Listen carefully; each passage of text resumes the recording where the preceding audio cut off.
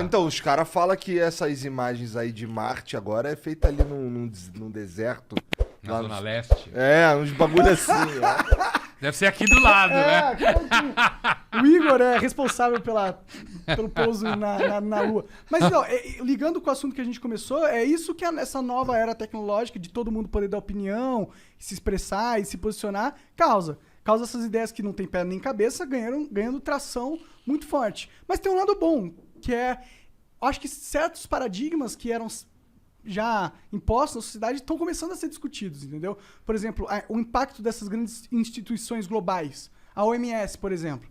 Eu acho que a gente, por estar nesse mundo onde está todo mundo se falando, esse poder que eles tinham, essa referência de ser eu sou a Organização Mundial da Saúde, eu controlo a saúde no mundo. Esse negócio esse espantalho foi aparecendo na minha visão. Porque com a internet, a tecnologia, a gente viu que nem a OMS no começo sabia lidar com a parada. Eles falaram que tinha que usar máscara, aí depois eles falaram que máscara não funcionava. Aí depois voltaram atrás e falaram que máscara funcionava. Entendeu? Aí falaram que tinha que fazer de um jeito, aí falaram que tinha que fazer do outro. Entendeu? Aí você falou, porra, os caras são os caras que eram pra ser a referência máxima de saúde no mundo, e eles aqui na internet estão passando de palhaços, pô. O problema é que assim, primeiro essa coisa da máscara especificamente, da gripe espanhola já se discutiu máscara. Então, o fato é que a gente normalmente não aprende muito coisa com a história. O próprio Hegel, aquele filósofo do final do 18, começo do 19, que criou a história da dialética lá, ele dizia, uma das coisas que a gente aprende com a história é que a gente não aprende nada com a história. Então, esse caso específico de máscara, quando você pega qualquer material de jornal da época, ou livros que foram escritos sobre a gripe espanhola há 102 anos, você tem lá essa discussão, lockdown, não lockdown, usa máscara, não usa máscara, fecha isso, abre aquilo. Entendi. Quer dizer, isso já rolava há 102 anos atrás. Existia comércio naquela época. Assim como nas outras eventos de peste se usava máscara. Você tinha máscaras na época que se usava. Então, esse é um tema que já circula na história das pestes. Agora, sobre essa coisa do critério que você fala, Monark, é uma coisa interessante e bastante séria, que é o seguinte. Na verdade, a gente vai num processo de crítica dos paradigmas, que nem você falou, no caso da OMS é o paradigma institucional, né? A gente vai nessa crítica, só que a gente não vai ter nada para pôr no lugar. Certo? A gente não tem nada para pôr no lugar. Porque o que acontece é quando a gente começa a relativizar tudo, que é uma coisa que na filosofia começou a rolar uns 2.500 anos atrás, a Grécia, né? Foi que inventou esse negócio de relativizar as coisas. Foi mais ou menos quando começou toda essa história de filosofia? Mais ou menos, né? Mais uns 2.500 anos atrás, que começou a questionar, eles não usavam a expressão relativizar, mas essa coisa de dizer que a verdade depende do ponto de vista de cada um, a democracia era corrupta em Atenas, tinha gente que fazia conspiração, roubava no voto, tinha fraude, toda essa conversa que a gente tem hoje, há 2.500 anos atrás, já aparecia em Atenas, né? Mas o que significa é que, de fato, existe um problema, porque parece que tudo que a gente consegue construir historicamente, socialmente, são convenções. E aí, quando a gente começa a questionar as convenções, o questionamento não para. Não para, entende? Assim, a OMS cai por terra, eu entendo o que você fala, apesar de que a ciência continua dependendo de um certo grau de institucionalização. Senão a gente não consegue fazer coisa nenhuma. Mas é que a OMS é uma instituição global. Ou seja, ela é uma lógica de centralização de poder. Política. Super política. Super política. E eu acho que poderiam existir, sei lá, 20 OMS, tá ligado? 20 referências em saúde. E aí cada uma com o seu valor institucional. Eu tenho medo, não, eu fico com o pé atrás, eu acho que é uma pegadinha política esses órgãos institucionais globais, entendeu? Tipo ONU, OMS, esse negócio que ninguém controla e o mundo inteiro controla. Tipo, eu não acho que essas são instituições democráticas, entendeu? Eu não acho que elas realmente estão pensando no mundo, pro melhor do mundo. Eu vejo elas como instituições que foram totalmente sequestradas por poderes muito maiores do que os nossos, e elas seguem a cartilha da convenção dos poderosos, entendeu? Eles não seguem um rigor de, tipo, prezar pela humanidade, o certo é o certo, e a gente tem... Não, porque... E o que prova isso? As atitudes dele.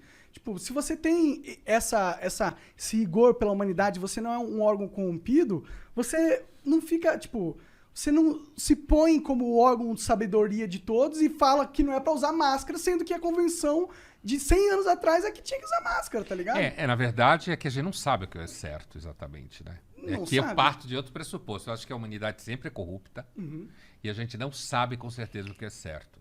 A gente tem alguns momentos que é claro que é certo e há alguns momentos em certos grupos que parece que é o certo.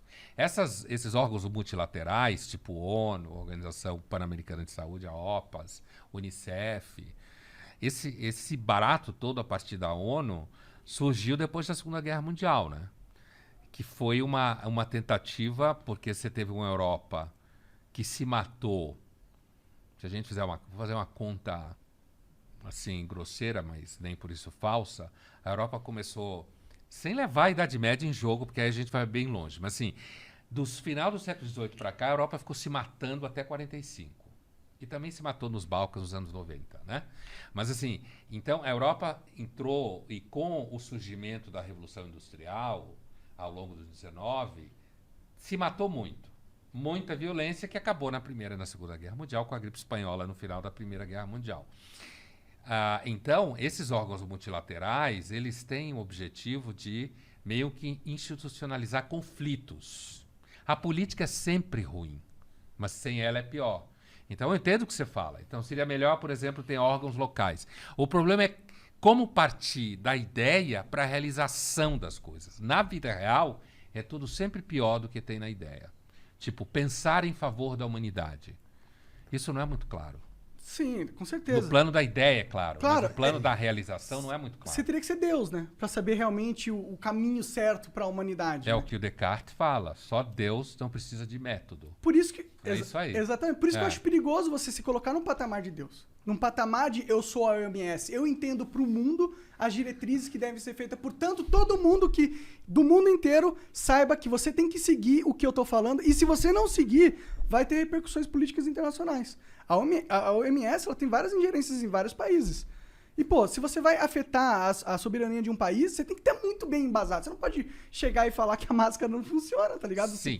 Acaba totalmente aquela imagem, aquela ilusão que a população tinha, pelo menos eu tinha, que eles eram caras supracompetentes, ultracompetentes. Porque uma cagada dessa não se comete, igual o Bolsonaro não comprar vacina. Então, bem-vindo ao grupo. Dos que sabem que nem os supercompetentes, tecnicamente, são tão supercompetentes. Né? Que tem uma dimensão meio circense.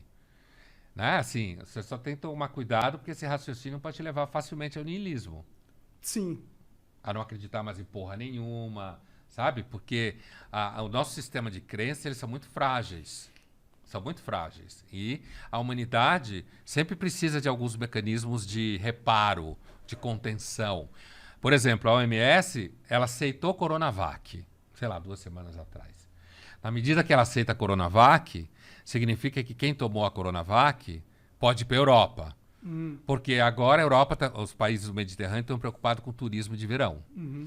Então, não tinham aceitado o Coronavac. Por quê? Porque, inclusive, tem lá todas as brigas ao redor de vacinas, né?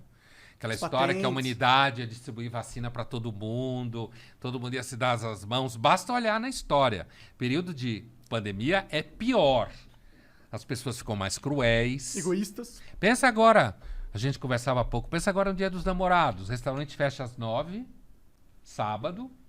Então, você tem um período curto para ir jantar. E o povo quer ir jantar no Dia dos Namorados, senão a namorada vai ficar brava. O que acontece? Os restaurantes põem o menu em 500 pau, 600 pau.